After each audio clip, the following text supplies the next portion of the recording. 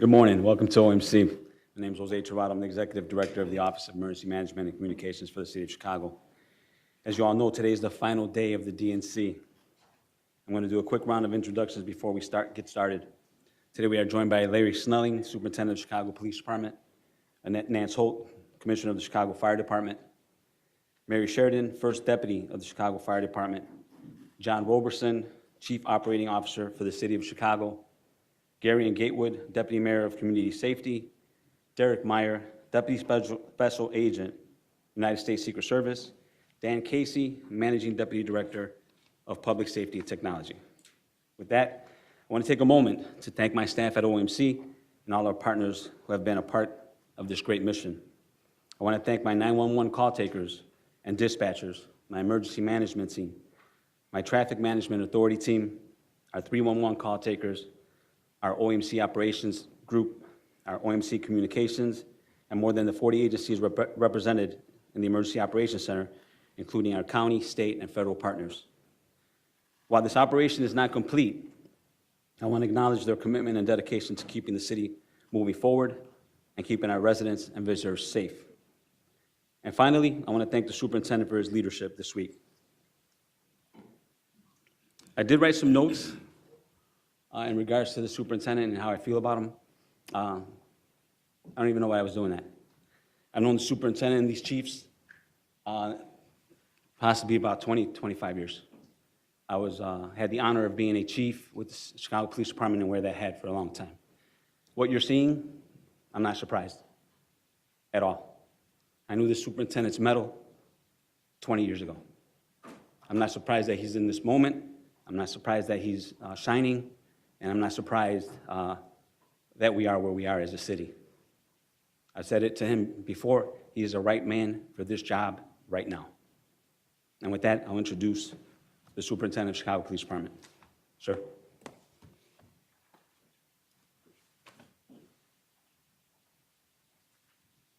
Well, thank you to Executive Director Tirado. Humbling words, and the check is in the mail. All right. Can't say enough about the partnership with OEMC and his leadership over here. You know, just working with OEMC, everything that they've put together has just been magnificent. It's helped us with the troops on the ground, and we couldn't do it without everyone standing here. We definitely couldn't do it without OEMC, so the credit goes to everybody. So thank you, and thank you for the work that you're doing here. First of all, good morning, everybody. Good morning. So just talk a little bit about yesterday, because today is the last day of the DNC. We had another protest yesterday over at Union Park, pretty large protest, not as large as we had necessarily anticipated, but Yesterday's protest ended with no arrests, no one injured, no officers injured, and it shows that when you have some type of contact and collaboration with those who are organizing, that you can have a peaceful First Amendment gathering. And that's what happened yesterday. Yes, did we have a couple of dust-ups? Sure. All right, but those things were quickly rectified. And I can't say enough about the organizers who had their marshals moving along, and when someone was getting out of control, they would step in and help calm that down. So just working in collaboration was very effective in getting that done. I'd like to just thank a few people before I go, because I promise you I'll keep this short today. Again, Executive Director Zay Tirado and the work that he's done putting this together. The fire department, great partners in this. There are a lot of things behind the scenes that they do that you don't see. I'd also like to thank the Secret Service just for the partnership, just working together. You know, Derek Meyer, I couldn't ask for anybody to communicate better with us, to get this type of work done. He was out there yesterday on the march, so he cleans up pretty good. I'd also like to thank Joe Heffernan, who is also from the Secret Service, who's been out there at the protests every single day. So just want to say thank you for that. With that being said, I also, and I have failed to do this, and I want to make sure that I specifically acknowledge the Public Safety Administration's Deputy Managing Director, Dan Casey, and his team for the work that they did setting up the technology infrastructure. This was needed this week, and great work done by Dan Casey, and I can't say enough about the work that he's done. I'd also like to thank our state, county, other federal partners, our mutual aid partners, also on standby, the National Guard. So I just want to say thank you. I know I'm sure I've missed people, but here you see from the mayor's office, the COO, John Robertson, and also Gary Gatewood is the Deputy Mayor of Public Safety. Just can't say enough about the partnership and the work that has been done in collaboration. Everybody in this city came together, stepped up, and made this happen, and it helped us keep our city safe. With that, I'd like to turn it over to Deputy Mayor Gary Gatewood. Good morning, everyone. It's like a family reunion. We see each other every morning at the same time this week. So we're going to continue with the thank yous. Obviously, we want to thank Mayor Brandon Johnson, thank our COO, thank everybody who's put in a ton of work to make this happen. You know, the superintendent went through his team and OEMC. And I'll talk a bit about the work that's going in with CDOT, Streets and Sanitations, and our deputy mayors across the board. The level of collaboration that we have seen has been nothing short of phenomenal, from our partners on the ground, community-based organizations throughout city, county, and state government. You know, I would be remiss if I didn't thank my Assistant Deputy Mayor, Natasha Scott, for the work that she's done hand in hand with us really driving this forward. We're excited about the final day. We know it's going to go successful. Obviously, we expect protests, but we're here for that. We've been prepared for that, like we've said from the very beginning. We'll continue to move this ball forward. We'll continue to have a great time, and we'll continue to be the most welcoming city in the country. Good luck, everybody, on the last of the DNC, and I'll give it back over to the superintendent so we can open up for questions today. We'll be getting our questioning here. Superintendent Mayor Kawash, ABC 7 Chicago. Good, I know Mayor. you mentioned this week it's time to forget about 68. As we reach the finish line of the DNC, how can you reflect on how much things have changed? You talk about that communication with the organizers, their own marshals, and just talk about the work your team has done this week to keep things calm for the most part. So what has changed? Leadership, top down, not bottom up. When we look at the chiefs over here, the overall incident commander, Chief Dwayne DeVries, just the phenomenal work that he's done from beginning to end. You see our Chief of Patrol, John Hine, his constant communication with organizers. He's been dealing with these protests for forever. And he's developed a relationship. He's also developed a strategy around working with those groups. When we look at our Chief of Detectives, Antoinette City, just the planning around the coordinated multiple arrests information and just handling the arrests.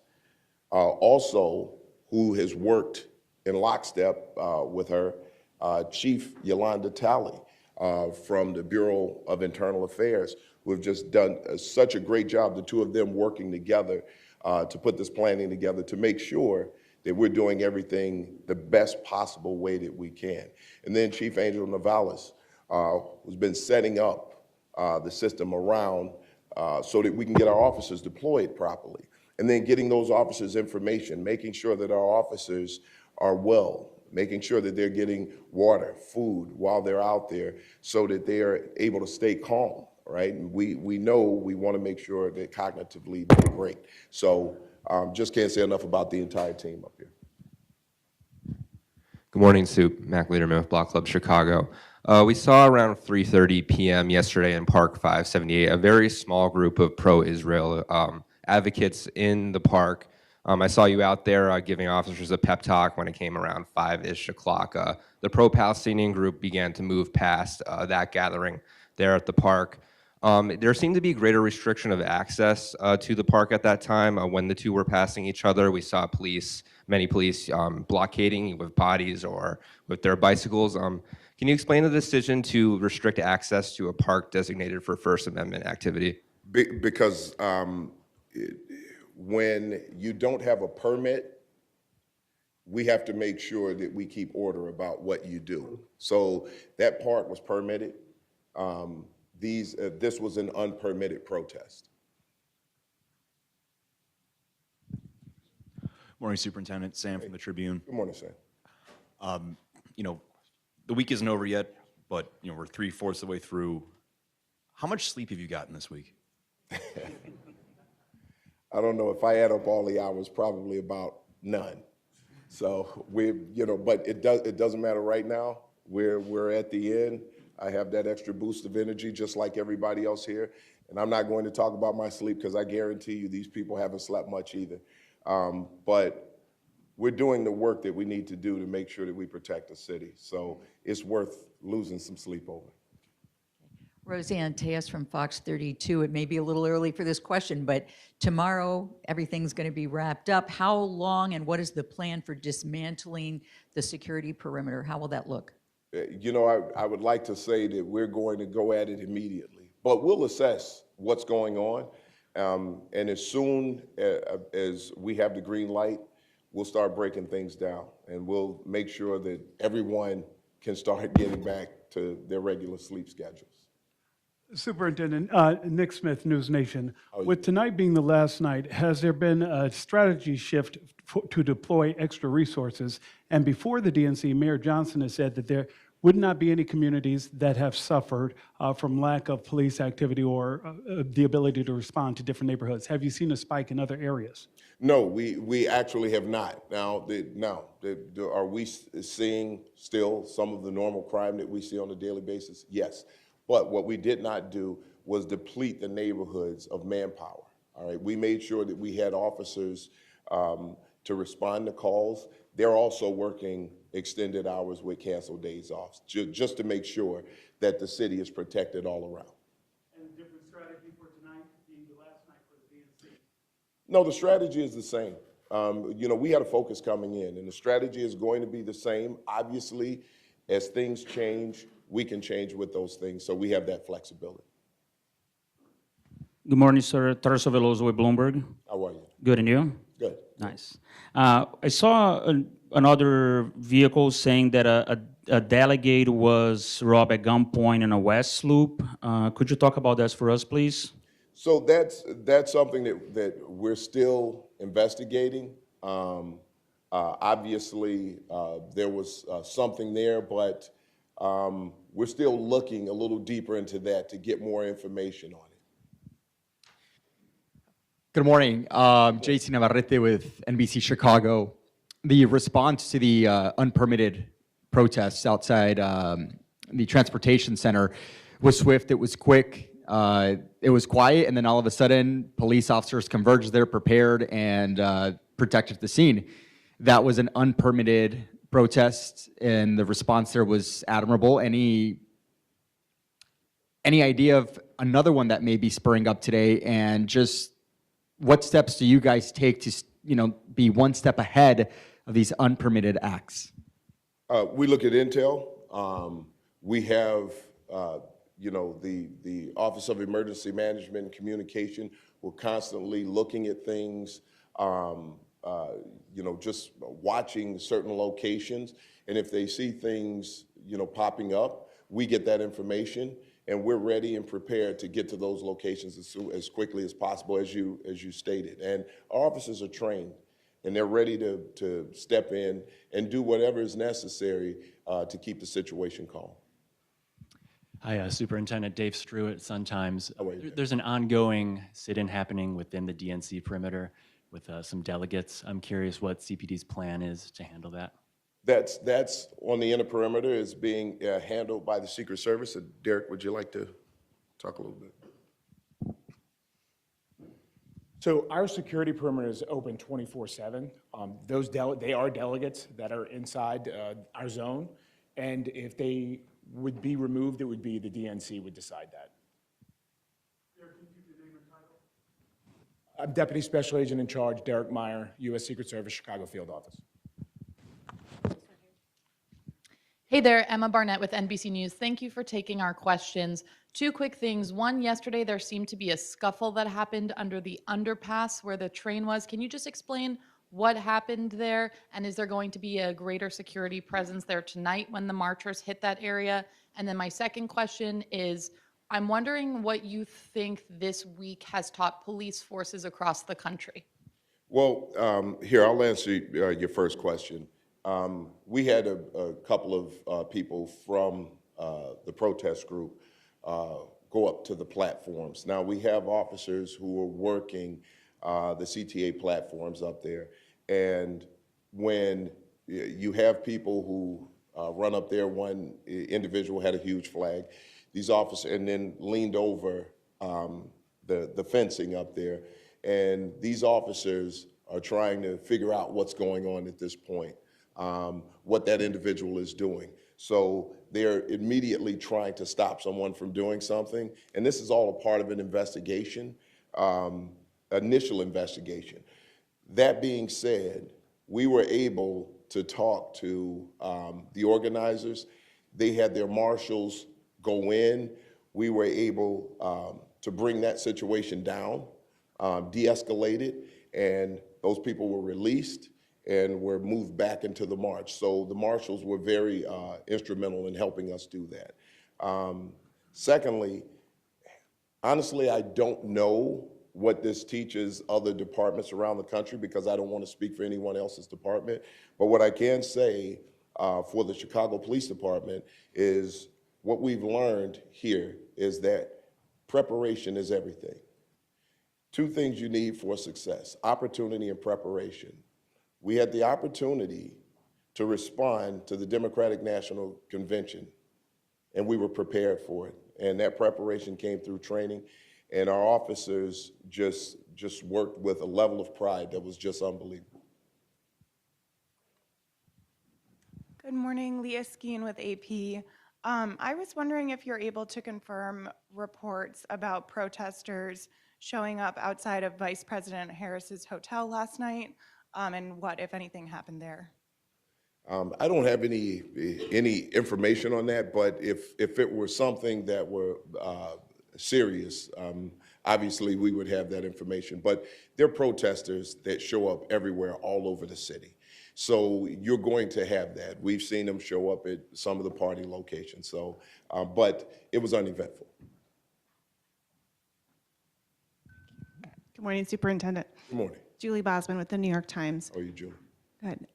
Some of the pro-Palestinian protesters have said this week that they felt intimidated by CPD, that there were so many officers on the streets, that they felt it was a deliberate effort to discourage them from protesting. I wonder if you could respond to that.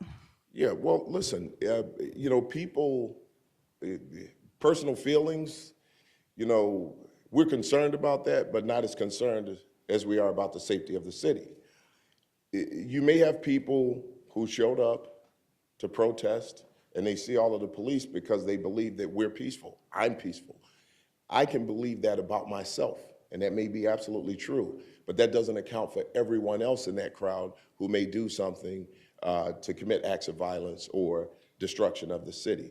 So we understand how people feel at times, but we can't change our posture because we're worried about hurting individual feelings. What we want to do is get people to understand that we're out there for their safety. And I do believe that that was proven. Now, they may feel like it was intimidating because they saw so many officers, and that can be intimidating to anybody. But the way that the officers responded is proof that because they didn't stop anyone from protesting or exercising their First Amendment rights. So it's proof that our officers were out there for protection. But I believe as we continue this type of activity and move forward, people will have a better understanding of what we're there for. Thank you, Superintendent. This is Molly with the Washington Post. How are you, Molly?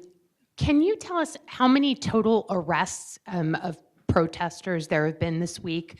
And maybe talk a little bit about the crowd sizes, what we saw at the protests compared to what you had expected.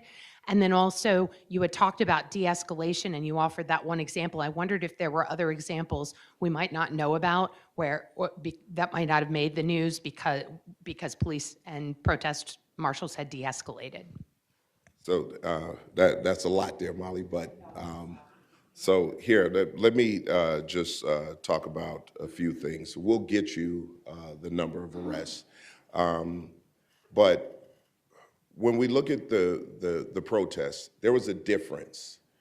So when you talk about crowd size, what you saw yesterday was completely different, and there was a completely different focus from what you saw that occurred on Tuesday. The individuals who showed up on Tuesday came here strictly to commit crimes, to fight with the police and cause destruction to the city. That wasn't the focus of the group yesterday. They just wanted to be heard. And we allowed that to happen. But where we saw the possibility of violence, and not only the possibility of violence, but where violence actually occurred, our officers responded to that. And they responded to violence based on the way they were trained, based on proportionality, based on the Constitution that we all uphold.